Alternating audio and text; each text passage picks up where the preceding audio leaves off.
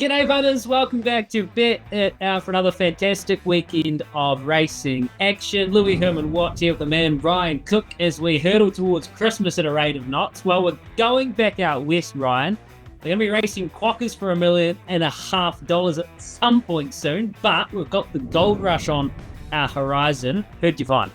Yeah, g'day Louis. Tricky betting race this one, isn't it? I'm with the mare Super Smink, who's going around on the quick backup after racing in the Northerly last week. She had an absolute horror run that day, was right back in the field and just couldn't make up ground. But if you go back 3 weeks ago and look at her run in the Railway, geez, she was impressive. This is a bit of an interesting setup for her back to 1,400 metres, I will admit that, but it looks like a nice consolation prize for her, and I think she can win.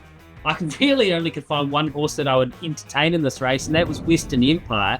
The reason being, although he was flat in the winter bottom, he SP'd at $4, I think it was, and that was with overpass in the race. No overpass here, so he is the best sprinter in the race. He needs a good ride from a wide gate, though, and a bit of even luck. So it's a tricky betting race, as is the Grand Prix. We're skipping Melbourne, skipping Sydney.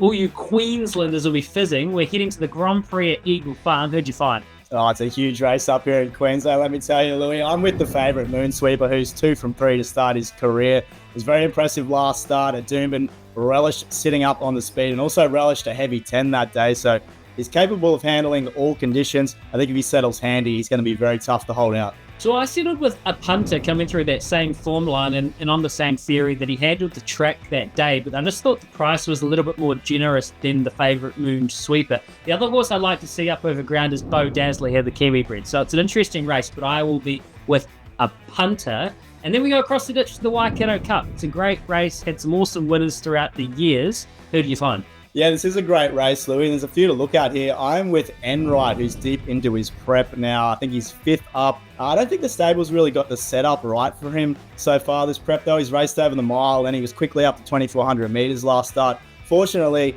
he's sticking to that trip again. He's got a bit of an awkward action. He can be a bit tough to watch sometimes, but sticking over this longer trip, I think, should suit. No, we've all got a bit of an awkward action from time to time. Sassy Lass doesn't, though. She's a fantastic filly, and she was the one I wanted to be with here. The thing is, her Counties Cup run looked a bit dour, but she gets a little bit more ground here, and she is the best weighted horse in the race, I believe. 53 kgs. She's progressive. She gets Warren Kennedy in a low draw, and price about $10 something. Fantastic each way go. My best bet is actually at Te Rapa as well. Race 2, Damask Rose. I think she's got the Captured by Love, Alabama Lass form. That's the best form for the fillies and the 3-year-olds as far as I'm concerned. I think she'll win this and she'll go on to be a very short price favourite in the Karaka Million 3-year-old in your futures if you're having a look.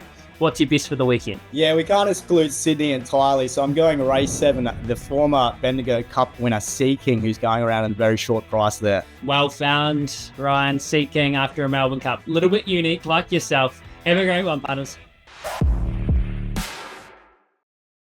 Imagine what you could be buying instead. For free and confidential support, call the number on the screen or visit the website